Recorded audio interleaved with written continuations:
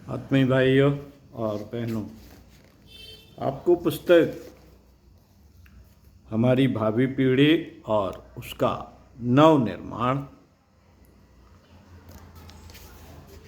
शौर्य और धैर्य पढ़कर सुना रहे थे। इसी क्रम में धैर्य एक महत्वपूर्ण गुण आपको पढ़कर सुनाते हैं। आइए सुनते हैं। जीवन रूपी गाड़ी का दूसरा पहिया है धैर्य। अकेला साहस उस समय तक पंगु है जब तक धैर्य का सुमिलन उसके साथ न हो।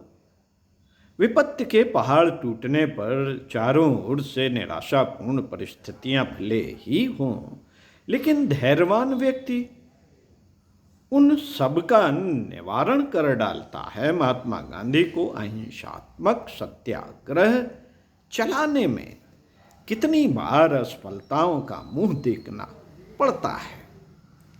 सन 1951, 1921, 31, 33 आदि के सभी सत्याग्रह पूर्ण सफलता नहीं दे सके। बीच में ही कुछ बाधाओं के कारण उन्हें रोकना पड़ा। सन 1921 का सत्याग्रह बड़े वेग से चल रहा था। सबकी धारणा बनती जा रही थी कि सरकार आजकल में ही उलटने वाली है, लेकिन चौरी चौरा के हिंसात्मक कांड से विचलित होकर गांधी जी ने सत्याग्रह स्थगित कर दिया।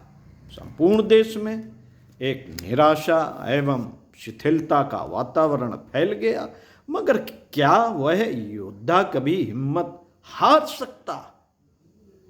क्या वह योद्धा कभी हिम्मत हार सकता था? सन 1914 से 1947 ईस्वी तक निरंतर संघर्षरत रहना पड़ा। इन दिनों का उत्साह जगा। कितने निराश हुए, कितने अविचल गति से परिस्थितियों का सामना करते हुए आगे बढ़ते गए। अंत में सफलता ने उनके पैर चूमे। थोड़ी सी कठिनाई पर हिम्मत हार जाने वाले मनुष्य अच्छे नहीं माने जाते। जीवन सदा एक रस नहीं रहता। वह उस नदी की भांति है जिसमें कभी तेज चढ़ाव आता है तो कभी दिखावे की लहरें ही होती हैं। हमें हर दशा में इसे पार करना है। इसका पानी कम गहरा हो तो बेपरवाही के साथ हंसते हुए और मुस्कुराते हुए, चढ़ाव अधिक हो तो बड़ी सावधानी, साहस और धैर्य के साथ। पालन पोषण की त्रुटि समझिए या मन की बनावट का दोष, इसमें अनेक लोग ऐसे हैं जो हर्ष और विनोद के क्षण तो हंसी खुशी से बिता देते हैं, परंतु कष्ट और कठिनाई सहन करने की तनिक भी सामर्थ्य नहीं रखते। जैसे ही कोई दुख या कष्ट सामने आया वे घबरा जाते हैं। कांटे भी चुभ जाए तो चिल्लाना शुरू कर देते हैं। कभी जमाने के रूखेपन की शिकायत और कभी साथियों की बेवफाई का रोना। भाग्य, ईश्वर की इच्छा तथा मित्रों का चलन, सब में से उनको शत्रुता की दुर्गंध आने लगती है, मानो समस्त संसार उनका शत्रु है। ऐसे लोगों के जीवन में वास्तविक कठिनाइयां इतनी नहीं होती जितनी निराधार शिकायतें। हर समय रोना चीखना, मुख को उदासीन बनाए रखना, आत्मग्लानिग्रस्त रहना और शिकायतों का विष उगलते रहना उनके स्वभाव और प्रकृति के अंग बन जाते हैं। जिस कार्यालय या सभा में इस प्रकार का एक भी व्यक्ति बैठा हो, वहाँ के द्वार, दीवार, कमरे में पड़ी प्रत्येक वस्तु और आसपास के सभी लोगों के मुंह पर निराशा की झलक दिखाई देने लगती है। एक व्यक्ति का निराश मुख आसपास के सभी लोगों के मनोरंजन को भंग कर देता है। दर्द भरी एक ही बात सारी सभा को उदासीन कर देती है। कई साधारण सी कठिनाइयां हमें केवल इसलिए हवा बनकर डराती और हमारे जीवन को कटु बना देती हैं, क्योंकि हम उनके साथ समझौता नहीं करते। अन्यथा जिस प्रकार हमारे अंदर वह शक्ति होती है कि जीवित व्यक्तियों से समझौता करके द्वेष को मित्रता और सहृदयता में बदल देते हैं, उसी प्रकार अपने रूठे हुए दुखों को भी मना सकते हैं। जिस दुख के साथ समझौता कर लिया जाए वह हमारे मन में शिकायतों का विष नहीं पैदा होने देता। इसके विपरीत रूठा हुआ दुख हमारे मन और मस्तिष्क, शरीर और स्वभाव का रक्त तो चूसता ही है, साथ साथ हमारे साथियों की प्रसन्नता की जड़ें भी काट देता है। जड़ें भी काट देता है। साथियों, अभिभावकों का कर्तव्य अपने जीवन से ही धैर्य की शिक्षा दी जा सकती है। बात बात पे रोना, चिल्लाना, प्रकृति और दैव को दोष देने से किसी की मुसीबत कटती नहीं दिखती। संकटों और दुखों से तो तभी छुटकारा मिल सकता है जब उससे मुक्ति पाने के लिए प्रयास किए जाएं। संसार की तत्परता को समझने के प्रयास से ही यह भाव उत्पन्न होते हैं। जब हम इस तथ्य को समझ लेते हैं तो सबको दुख सुख के झूले में झूलना पड़ता है। कभी दुखों का सामना करना पड़ेगा तो कभी सुख भोगना पड़ेगा। इससे कोई व्यक्ति छुटकारा नहीं पा सकता। तभी मैथिली शरण गुप्त की पंक्तियों पर हमें विश्वास होता है। संसार की समर स्थली में धीरता धारण करो, चलते हुए निज इष्ट पथ पर संकटों से मत डरो। खेल खेल में बच्चों को कभी निराशा, निरंतर पराजय का मुंह देखना पड़ता है।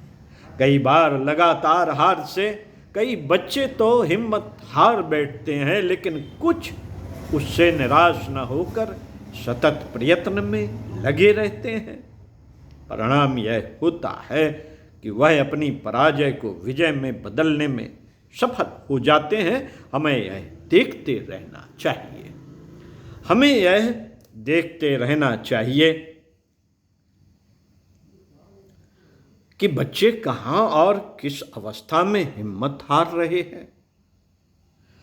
कम पढ़ाई और परीक्षा की कठिनता से इनमें दुर्बलता के भाव उठ आते हैं। कभी कभी आर्थिक तंगी, घर से फीस आदि की व्यवस्था न होने के कारण वे पढ़ने से मन मार कर बैठ जाते हैं।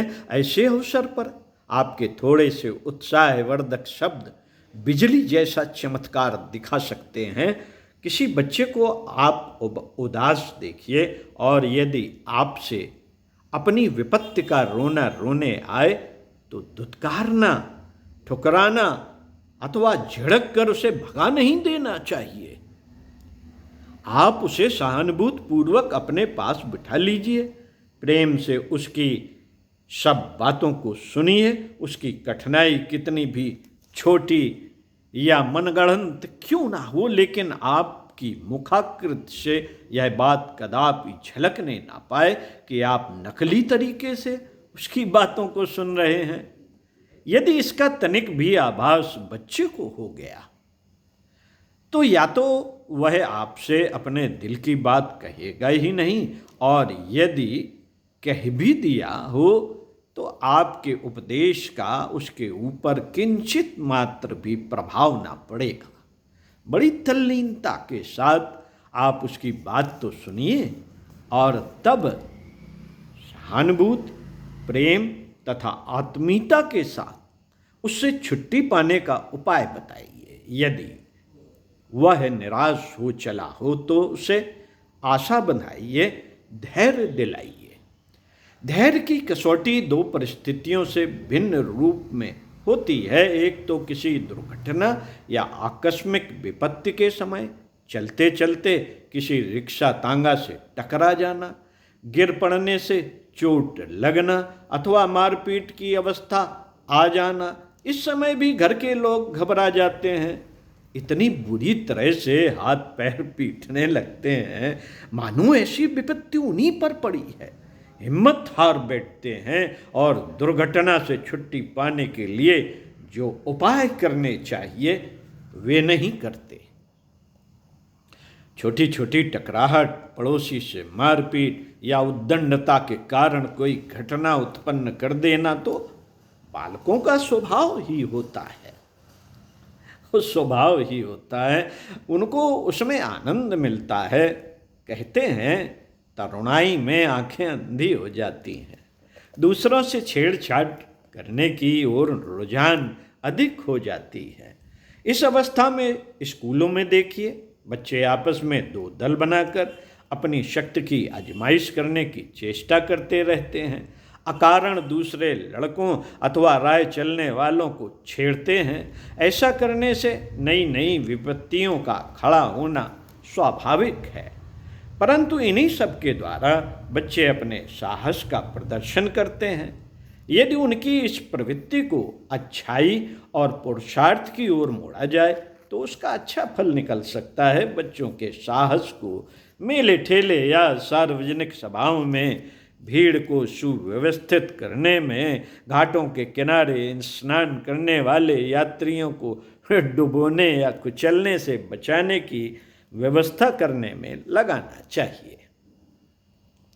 यदि बच्चों को सार्वजनिक रचनात्मक सेवा कार्यों में लगाया जाए तो उनमें साहस और धैर्य दोनों गुणों का विकास होगा। माता पिता को चाहिए कि स्कूलों की ओर से इस प्रकार के जो आयोजन हों उनमें तो बच्चों को शामिल कराएं ही, साथ ही स्वयं भी चेष्टा करके बच्चों को इन अवसरों से लाभ उठाने का अवसर दें। उन्हें क्रियात्मक और रचनात्मक, ज्ञानात्मक दोनों रूप से यह बताने की चेष्टा माँ बाप को करते रहना चाहिए कि किसी आकस्मिक विपत्ति के आ जाने पर हिम्मत हार बैठना केवल कायरता है। अधिक रोने पीटने गिड़गिड़ाने से विपत्ति से छुटकारा नहीं मिलता। ऐसे अवसर पर अपने धैर्य को न खोकर उस विपत्ति से बचने के उपाय सोचने चाहिए। कोई भी व्यक्ति यदि विपत्ति के समय शांतिचित्त से उपाय खोजे तो बहुतेरे उपाय निकल सकते हैं। दूसरी प्रकार की विपत्ति की अवधि लंबी होती है।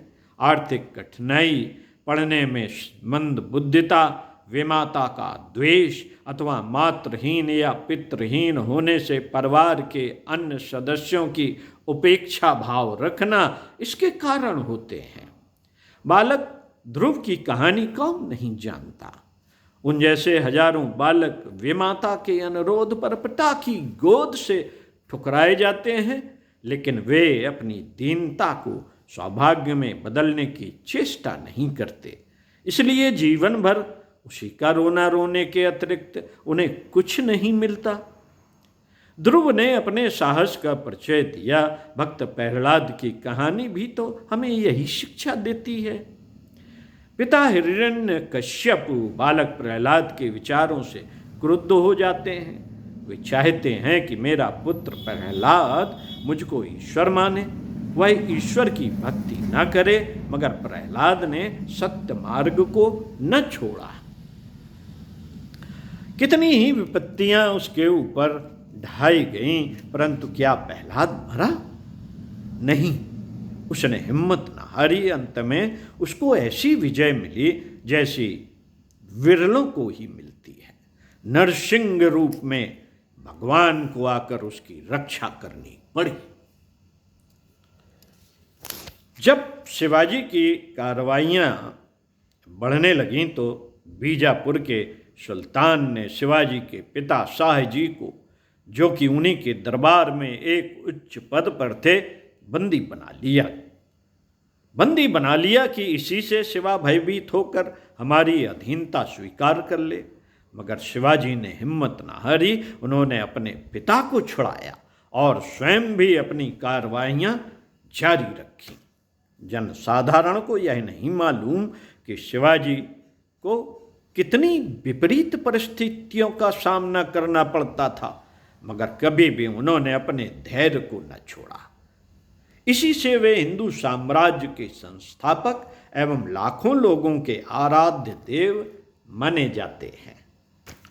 साथियों, मुगल सम्राट अकबर जब केवल 13 वर्ष का था, तभी पिता हुमायूं की मृत्यु से उसे गद्दी पर बैठने का अवसर मिला। तब वह अपने संरक्षक बैरम खां की संरक्षता में था। परंतु क्या साहसी व्यक्ति कभी किसी का मुंह ताकता रहता है? उसने अपने सारे बंधन काटे और अल्पायु में ही वह विशाल साम्राज्य का कुशल प्रशासक बना। यदि विपत्तियों से घबरा कर वह हिम्मत हार बैठे या हार बैठता तो क्या उसे चमकने का अवसर मिलता? भक्त कवि मीराबाई को क्या हम नहीं जानते? इनके पति राणा ने उन पर कितनी विपत्तियां डाली, मगर देवी मीरा ने धैर्यपूर्वक उनको सहन किया। कभी न उन्होंने हिम्मत हारी और न राणा अथवा किसी अन्य विरोधी से बदला लेने में अपनी शक्ति लगाई। वे अचल और अटल बनकर अपने पथ पर चलती गईं।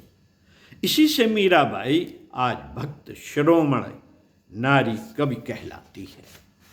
आज भी हम देखें कि पिता की मृत्यु से कितने ही बच्चे हिम्मत हार बैठते हैं, अपनी पढ़ाई को त्याग कर अपने विकास को रोक देते हैं। परंतु ऐसे भी हैं जो हर दशा में अपना मार्ग खोज ही लेते हैं। अपना कामकाज करते हुए पढ़ाई को चालू रखकर प्राइवेट रूप में बीए, एमए, एमएससी, बीएससी एवं उच्च शिक्षा प्राप्त करके अपने परिश्रम से उच्च पदों पर पहुंचने वालों के उदाहरण दुर्लभ नहीं हैं।